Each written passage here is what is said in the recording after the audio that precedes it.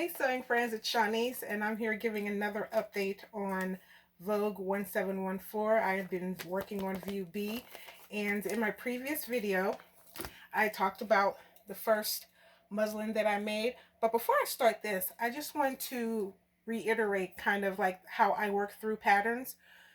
Number one, I always copy off my patterns, especially if there's fitting inside the design. And what I mean by fitting in the design is that in this jacket, we have these princess seams right here, and we have a waist seam, and even in the cut of the lapel in the front, all of that is fitting.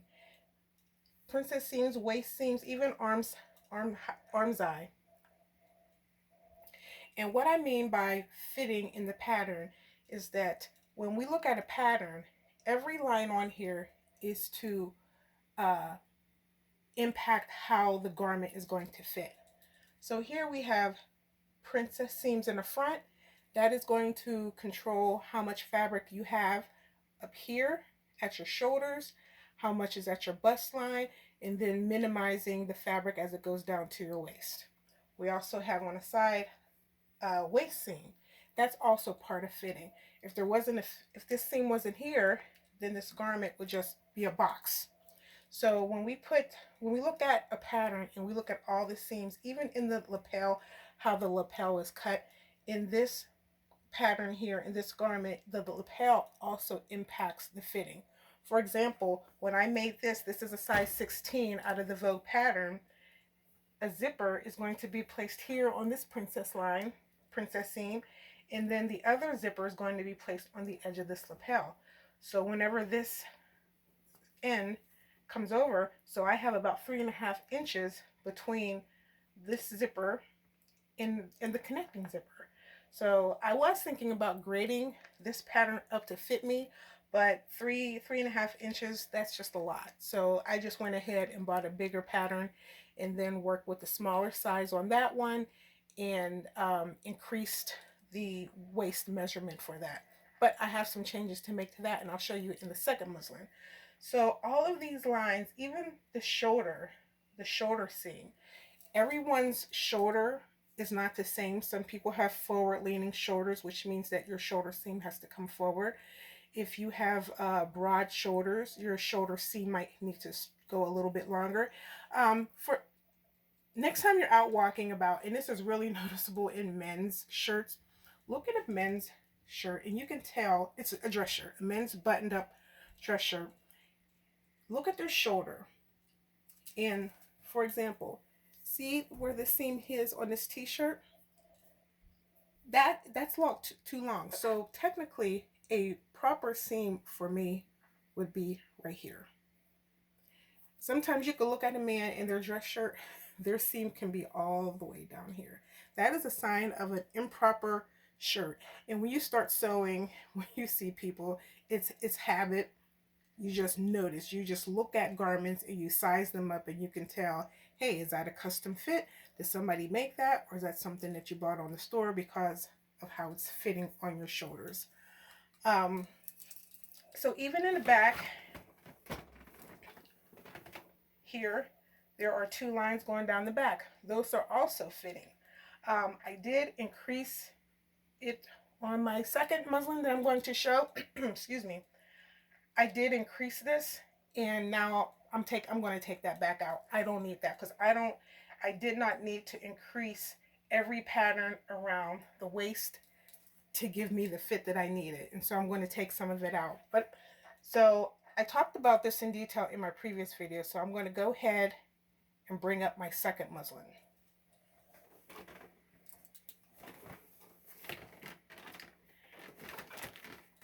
And as I am doing that, I strongly believe it's part of my practice is to always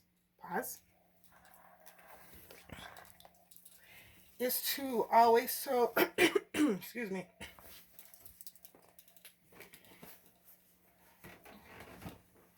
So part of my sewing practice is I try to sew at least 2 muslins, especially when it is something that has so many pieces that are involved in fitting.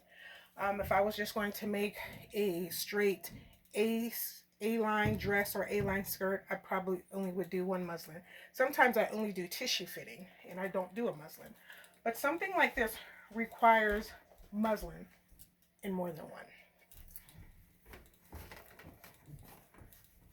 So, okay.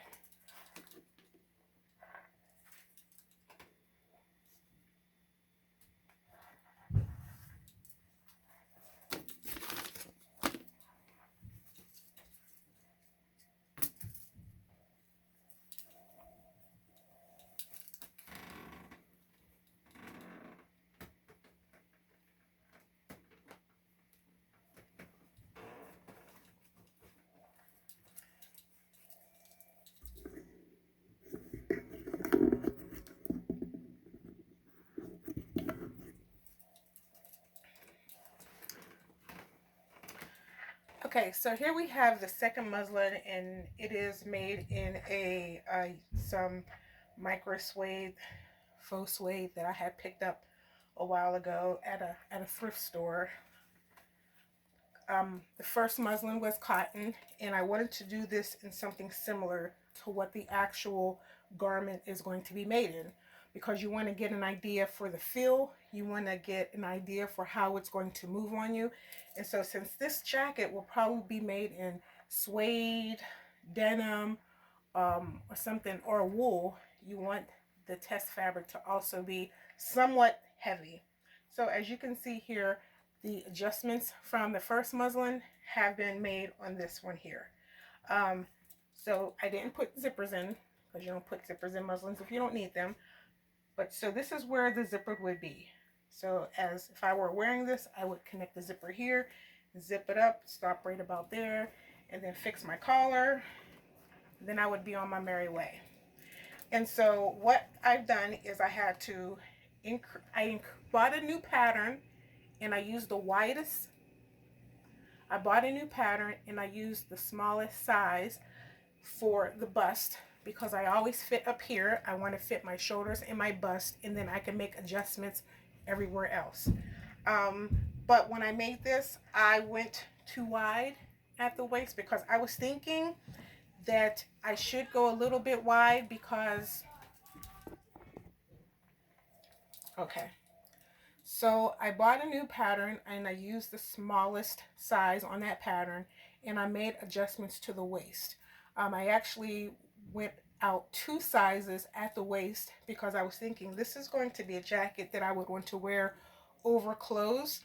And I wasn't sure if the final measurements, she's shrinking. My dress form is falling down and down. She's falling down. I'm going to lift her up. Hold on.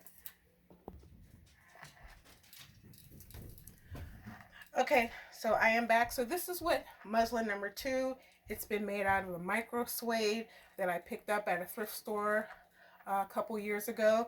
And what I bought it, I bought the suede because I knew that I was going to eventually want to make something out of suede. And I want to make sure that I practice or create a muslin in suede so that I can get the same feel. So I can get the same weight and feel as the actual garment that I'm going to make. So whenever I made the first one in cotton, the jacket is not going to be as light as this. This is good for getting your rough measurements, but when you do an actual muslin of a garment that you want to wear, you want to make sure that your practice garment, your practice fabric is approximately the same weight as what you're going to be wearing. So in here you can see I did move my seam, my waist seam up, and it's definitely sitting in a good space. I fit the pattern at my bust, and I went down 2 sizes at the waist because I thought this is going to be worn over clothes, and so I'm going to need some room to move around because it's a jacket and not a shirt. I wasn't sure if the pattern took that into account, and after I made it, it does. So I did not have to go out some. So it's already made to assume that you're going to have something on underneath the jacket. So I'm definitely going to have to take the sides, all of the sides in some. As you can see on the side, I have this pinned out because I don't need all this fullness on the side. So now if I were to put this, when you put this on, the zipper would be here. put the zipper on and zip it up. Compared to the other muslin, now you can see this is where the zipper would lie and it's closing. So it actually fits, where on the first muslin, that seam wasn't even getting over. There was a 3.5-inch gap there. Also, on here, I'm going to turn around the back. So there's still a little bit of fullness right here that I have to take out. So again, I had added a 1/4 inch to the patterns, which gave me the inches, the extra inches around the whole jacket that I don't need. So I will be taking this back down to the normal size. So in taking this extra fullness out of here, it will also decrease the size of the peplum, and so that we're not having all of these waves in the back. It's going to just lay nice and flat and in a somewhat subtle peplum. But I practiced some top stitching here to see how it would work. But overall, I am very happy. So the only changes I'm going to make is taking out the extra inches that I put around the waist. This one I did not put a lining, so when you look at this, it looks like you're probably saying, who would want to wear something that has that on it? But this seam is not going to be here. It's not going to be the two colors. This is all going to be look like one piece because it's going to be fully lined, and the jacket is going to be self-face, which means that the same fabric that you see here is the same fabric that you're going to see on the inside. So I'm going to go ahead and put on a jacket so that you can actually see how it looks on me.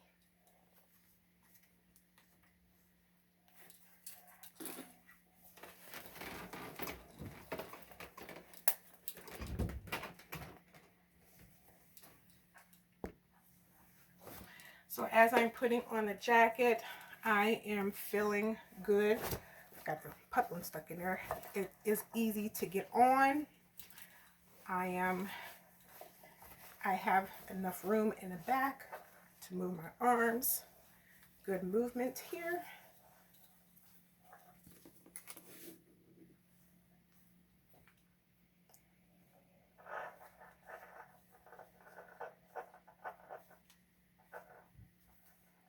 So I'm pinning this up as if I was going to actually be wearing it. You want to be careful how you put pins in. You don't want to put yourself. Excuse me.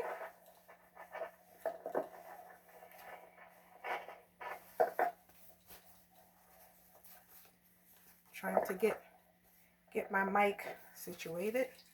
So I'm going to take my speaker and hold it in my hand.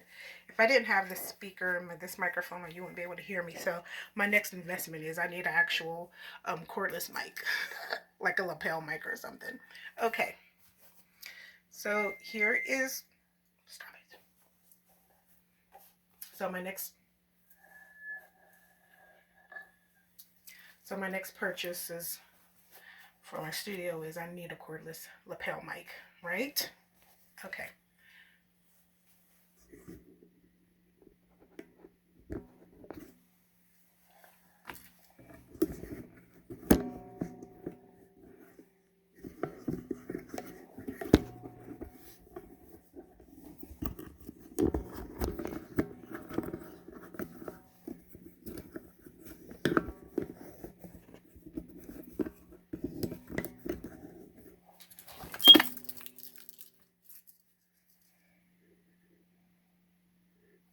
Okay, so I dropped the camera down so you can kind of see the bottom. So as you can see around, it's really fitting good up here at the shoulders and at the bust line. If the zipper was here, it would be connected here, and I would zip up to right about here, open up my lapel, and I'd be ready to go. But as you can see around the waist, there is definitely some extra fullness. But you can see I moved the waist up. As you can see, I moved the waist up. And so in the back, I don't have any bunching right here in my lower back. If I had not raised my waist then the waist would have been sitting down here and this extra fabric would have been bunching up. So this is so if you are out and about and you're walking and you see someone with a fitting shirt on or a dress and you see fabric that's bunched up in the back, that means that the back of the dress is too long. It's too long for them. And if it's a one piece, the only way to fit that is for them to cut the dress in half, take out some of the length in it, and then resew it back together. But they would have a waist seam. So if your design doesn't call for a waist seam, then you just have to tolerate the bunching in the back. And that is a reason why every pattern that you buy, it has to be altered, because the body that the pattern is based on is not your body, and it's not going to fit you. Whether it's going to be the shoulders, whether it's going to be your arms, the thickness of your biceps, your bust size, your waist, your hips, something is going to have to be adjusted all of the time if there's fitting involved. If it's a box dress, if it's an A-line dress, probably don't have to make any changes. So as you can see here at my side seam, it's pretty wide. So it looks kind of, so up here from the waist up, everything is A-okay, but from the waist down, it's a little bit too big. So that's when I will go in and I have it pinned somewhat. I will have to go out and take out I'll probably take out a 1/4 inch and go down a size. What I did for the waist, I went up 2 sizes. So say if this was a 1, I didn't do a 1 in the waist, and it's not a 1. That's an arbitrary number. If I did a 1 in the bust, I did a 2, 3. I did a 4 in the waist. I only need to, if I do a 1, I only need to do a 3. So instead of a 1 and a 4, I'm going to do a 1 and a 3. And then I'll be good, because then it will fit me all the way around. And this right here, this extra fullness, it's popping out like this because I have it pinned. So if I took out the pins, I'll take out the pins.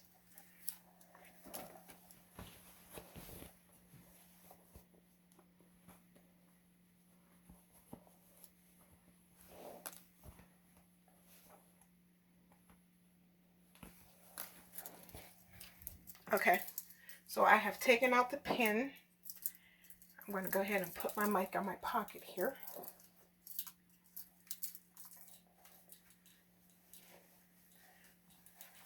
So I've taken out the pin and I'm going to pull, I took out the pin and I'm going to pull the bodice over as if all this excess was not there.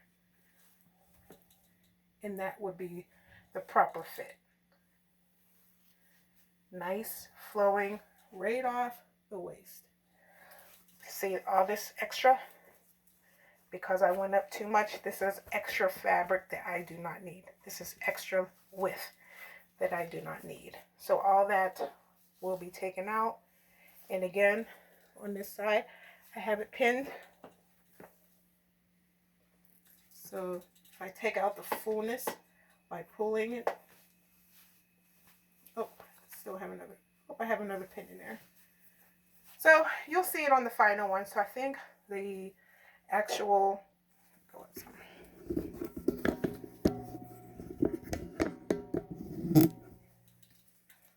so that is the update on this pattern, this jacket. So I'm going to go to my pattern, my paper pattern. I'm going to take off the extra that I don't need at the waist, and I'm going to do this pattern in a suede, in a light suede. This color right here, I wanted to see what two-tone would look like. So this is a darker tan, and this is like a vanilla suede. So I'm going to do my first jacket in this vanilla suede, and just got to order the zipper. So this is why I, 1, copy the pattern, and 2, make a minimum of 2 muslins. If I had made this and it was completely off, I would trash it and I would make another one. So that's my process. I found it very helpful. I have learned the hard way, Because again, you make something, you put it on, and it's not fitting right. You're at work and you're fidgety, and because you're fidgeting, you don't feel comfortable. And if you don't feel comfortable, you're not feeling confident. So you're kind of like standing talking. You're standing there talking to people, and you're trying to like cover up kind of like where you know your mistakes are, because you're like, man, my waist is like not fitting right, so I'm just going to cross my arms. But when you make something and it fits you, you walk with confidence. You walk with your head up. And that's what Savvy Sewing is about, transforming lives one stitch at a time. I'm Shawnice. Thank you for watching.